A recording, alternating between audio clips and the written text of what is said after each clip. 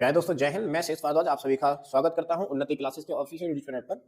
दोस्तों, आज हम एक क्लास आपके लिए लेकर आए हैं जो कि भारतीय ध्वज के पर आधारित है, क्योंकि 26 जनवरी का जो मौका है वो आने वाला है और सभी लोग अपने अपने संस्थानों पर, अपने अपने घरों पर, मकानों पर तिरंगे झंडे को फहराएंगे। लेकिन ये देखा जाता है कि बहुत से लोग अभी तक जानते भी नहीं है कि जो झंडा है वो किस तरीके से हमें अपने घरों पर, मकानों पर, संस्थानों पर फहराना चाहिए।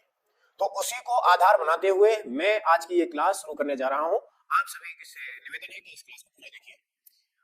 अगर हम बात करें अपने तिरंगे झंडे की, तो जो हमारा तिरंगा झंडा है वो क्या है? भारतीय ध्वज को तिरंगा के नाम से जाना जाता है। हम अपने जो झंडा है उसे तिरंगे के नाम से जानते हैं।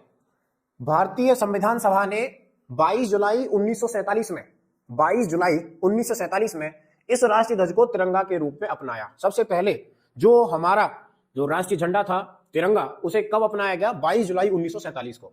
ऐसा नहीं है कि उससे पहले झंडे नहीं थे, उससे पहले भी झंडे थे और मैं इस वीडियो के अंदर बताऊंगा भी कि वो झंडे जो है वो कैसे दिखाई देते थे और किस तरीके थे।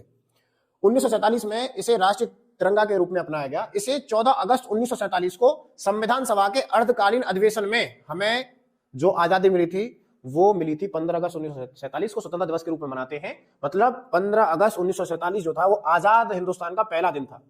तो 14 अगस्त 1947 को संविधान सभा के अर्धरात्रिकालीन अधिवेशन में राष्ट्र को समर्पित किया गया। किसे? तिरंगे झंडे को।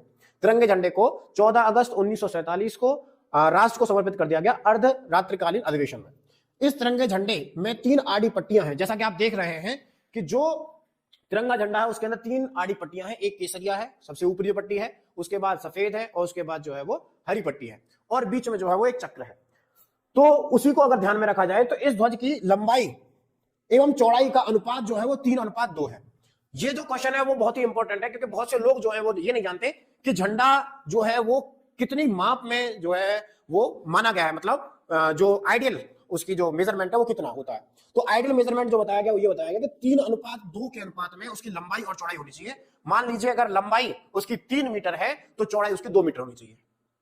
3:2 मतलब 3:2 इकाई। 3 इकाई जो होगी वो होगा उसकी लंबाई और 2 इकाई जो होगा वो उसकी होगी चौड़ाई।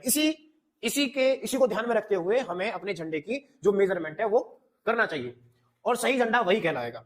इस ध्वज के बीच में नीले रंग का 24 तीलियों वाला अशोक चक्र है। अगर आप झंडे को देखें और झंडे के बीच में जो अशोक चक्र है अगर उसे देखें और उसकी तीलियों को अगर आप काउंट करें तो वे जो तीलियां हैं वो 24 आपको मिलेंगी। क्या मतलब है उसका? नीले रंग का 24 तीलियों वाला अशोक चक्र है, जिसे अशोक चक्र कहा जाता है। वो जो चक्र है उसे कहा जाता है अशोक चक्र, जो देश को धर्म और ईमानदारी से उन्नति की ओर ले जाने की प्रेरणा देता है। जो देश को धर्म और ईमानदारी से उन्नति की ओर ले जाने की प्रेरणा देता है।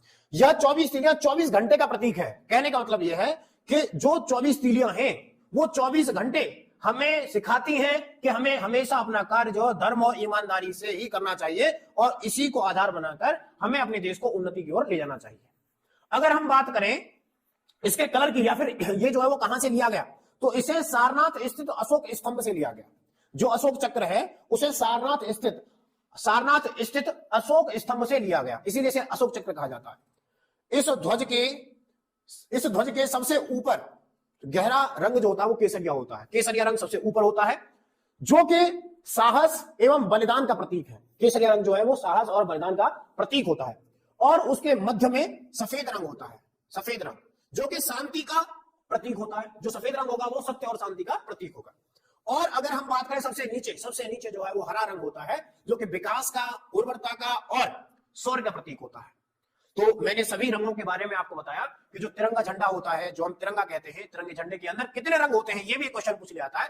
और जब हम समाज में देखिए छोटे छोटे क्वेश्चन जो है वो समाज के जो लोग हैं वो हमसे पूछ लेते हैं और हमें पता भी होना चाहिए, क्योंकि अगर हम अपने देश से प्रेम करते हैं तो ये सारी जो चीजें हैं वो हमें छोटी छोटी जो चीजें हैं वो पता होना चाहिए कि हमारे झंडे में कितने रंग होते हैं। तो नॉर्मली इंसान कहता है तिरंगा है तो 3 ही रंग होंगे, लेकिन तिरंगा होता है तो 3 रंग नहीं होते। तिरंगे झंडे में 4 रंग होते हैं, एक केसरिया, एक सफेद, एक हरा और जो अशोक चक्र का रंग है वो नीला है। तो सामान्य रूप से अगर हम बात करें तो जो हमारा तिरंगा झंडा होता है उसमें 4 रंग होते हैं। अगर हम बात करें आगे, अगर हम देखें कि जो हमारा झंडा है, जो आज हमें झंडा मिला है, वो उसका विकास जो है वो किस तरीके से हुआ। ऐसा नहीं था कि 14 अगस्त 1947 22 जुलाई 1947 को एकदम हमारे सामने या फिर सपना आया हो रात को कि ये जो झंडा है वो आपका होगा, ऐसा नहीं था। इस झंडे का समय समय के साथ विकास हुआ और सबसे पहला झंडा जो था वो 7 अगस्त 1906 ईस्वी में हमें मिला था और वो इस तरीके का दिखाई देता था, जिसमें जो पट्टियां थी वो 3 रंगों की पट्टियां थी, पहली हरी थी, दूसरी पीली और तीसरी जो पट्टी थी वो लाल पट्टी थी। इसके अंदर 8 कमल के फूल थे, 8 कमल के फूल, और जो 8 कमल के फूल थे वो हमें ये दिखाते थे कि जो 8 कमल के फूल है वो 8 प्रांत हैं भारत के। और इस झंडे के बीच वाली पट्टी में वंदे मातरम लिखा हुआ था और नीचे चांद और सूरज जो है छपा हुआ था। ये जो ध्वज था वो 7 अगस्त 1906 ईस्वी का ध्वज था। जब हम आगे चले तो हमें इस तरीके का ध्वज जो है वो मिला, विकास हुआ ध्वज का। ये जो ध्वज मिला था वो 22 अगस्त 1907 ईस्वी को हमें मिला था, 22 अगस्त 1907 ईस्वी को, जिसके अंदर कलर जो थे वो चेंज कर दिए गए, पहला केसरिया, दूसरा येलो और तीसरा जो है वो ग्रीन। पहला केसरिया सैफरन, दूसरा जो था वो येलो था पीला और तीसरा ग्रीन था हरा। और इसके अंदर जो 8 जो स्टार थे वह भी 8 प्रांतों को ही दिखाते थे। कमल के फूल जो थे उन्हें फिर स्टार्स के रूप में चेंज कर दिया गया, ठीक है।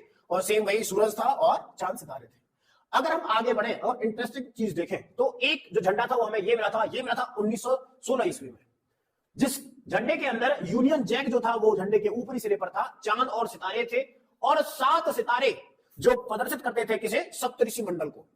सप्तऋषि मंडल को ये जो झंडा था, जो 7 सितारे थे वो प्रदर्शित करते थे। लेकिन इस झंडे का बहिष्कार किया गया, ये झंडा जो है वो लोगों ने अपनाया नहीं, क्योंकि इसके ऊपर जो है वो यूनियन जैक जो था वो बना हुआ था और उस समय भारत के अंदर अंग्रेजी शासन था, जैसा कि आपको पता है 1916 की ईस्वी के अंदर। अगर हम आगे बढ़े तो फिर एक झंडा हमें ये मिला जिसके अंदर ऊपरी जो रंग था वो सफेद था। ये जो हरा रंग, लगभग हल्का हरा रंग जो आपको दिखाई दे रहा है और जो लाल रंग आपको दिखाई दे रहा है, ये थोड़ा इंटरेस्टिंग है। जैसे जो हरा रंग है वो जो इस्लाम धर्म है, इस्लाम धर्म के, मुस्लिम धर्म के जो लोग हैं उनको डोनेट किया गया, मतलब उन्हें उनके लिए रखा गया। और जो लाल रंग था वो हिंदू धर्म के लोगों के लिए रखा गया और जो सफेद रंग था वो गांधी जी के कहने पर रखा गया कि इस सफेद रंग से जो अन्य धर्म के लोग हैं उनका प्रतिनिधित्व किया जाएगा और बीच में चरखे को डाला गया। ये जो ध्वज था वो 1921 ईस्वी में हमें मिला था। अब हम आगे बढ़े तो आगे हमें 6 अगस्त 1931 ईस्वी में इस तरह का झंडा देखने के लिए मिला और इस झंडे के अंदर ऊपर केसरिया रंग, बीच में सफेद और नीचे हरा रंग और बीच में जो है वो चरखा जो है वो था। लगभग हमारे आज वर्तमान समय के झंडे के ही जैसा ये झंडा था। लेकिन जब इस झंडे का भी विकास हुआ तब हमें हमारा प्यारा जो तिरंगा है वो मिला और यह जो तिरंगा है वो 22 जुलाई 1947 को हमें मिला था और इसके अंदर ऊपरी रंग केसरिया, बीच में सफेद, हरा और एक नीले रंग का चक्र था जो कि अशोक स्तंभ से लिया गया। क्वेश्चन पूछ लिया जाएगा कि सारनाथ के अशोक स्तंभ से ही यह अशोक चक्र जो है वो लिया गया है।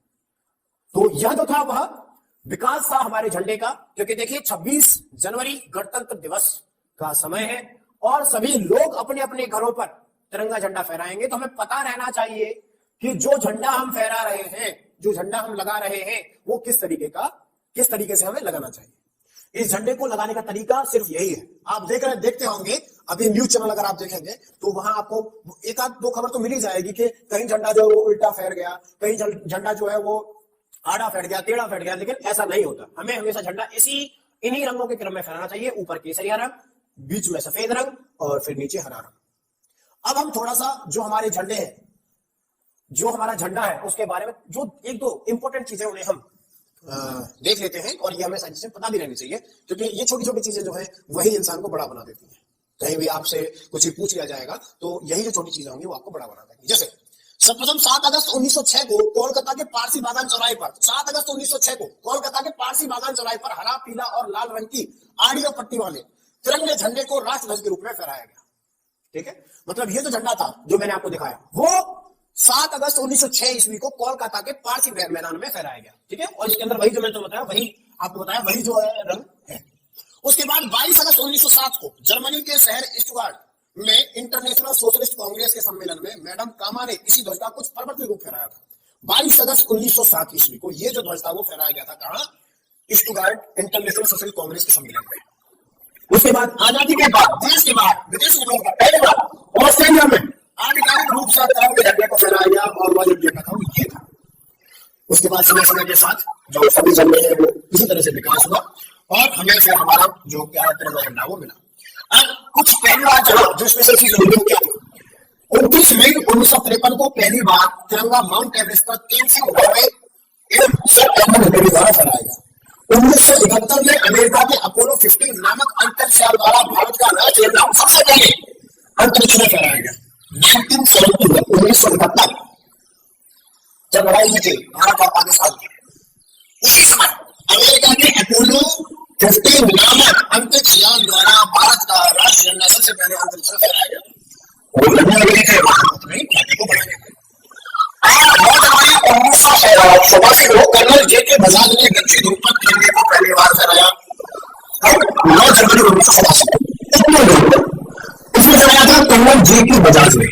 21 अप्रैल 1996 को उत्तरी ध्रुव पर स्क्वाड्रन लीडर संजय थापर ने तिरंगे को फहराया। उत्तरी ध्रुव पर स्क्वाड्रन लीडर संजय थापर ने तिरंगे को फहराया था। जम्मू कश्मीर एकमात्र ऐसा राज्य है, जम्मू कश्मीर है वो एकमात्र ऐसा राज्य है जिसके झंडे को राष्ट्रीय ध्वज के साथ फहराया जा सकता है। उसका झंडा बना है, ठीक है, और उसके झंडे को जो है तिरंगा झंडा से फहराया सकता है। वरना ये नियम है कि हमेशा झंडा होगा वो हमेशा फहराया जाएगा तिरंगे के साथ में, तो उसकी जो कोई होनी चाहिए वो नीचे होनी चाहिए पहले झंडे से। तिरंगा झंडा नीचे रहेगा और बाकी से झंडे बनाएंगे उसका नीचे रहेगा। 8 अप्रैल 1984 में भारत के पवन यंत्र साथी स्वामी लीडर राकेश शर्मा तिरंगे को स्पेस फोर्ट पर बैज के रूप में लगाकर अंतरिक्ष में पहुंचे। 5 अप्रैल 1984 अगर नवंबर 8 में भारत ने चांद पर भी अपना देश नहीं कराया। इस प्रकार के भारत में 14 देश बन गया। इससे को अमेरिका, रूस, यूरोपीय अंतरिक्ष एजेंसी ने भी अपनी धनौलत फैलाई थी। 26 जनवरी 2002 को नई सेना भारत के स्थान भारतीय जल सेना 2002 ने दिया। इसकी व्यवस्था के अनुसार अब अर्ध नागरिक अपनी निजी संस्थानों, शिक्षण संस्थानों में सम्मानित तरीके से साल के किसी भी दिन कर सकते हैं। तो ये जो है वो हमारी जमीन का विकास है, बहुत ही अद्भुत यात्रा रही है, बहुत ही गौरवान्वित यात्रा रही है। और हमारे देश में समय समय पर हमारे देश के झंडे ने समय समय पर हमारा बहुत ही अच्छे तरीके से प्रदान किया है। मैं आशा करूंगा कि ये जो वीडियो आपको बहुत ही अच्छी लगी होगी और छोटे से आप इसमें बिल्कुल ज्यादा शेयर करेंगे। मैं शिक्षा लेता हूँ।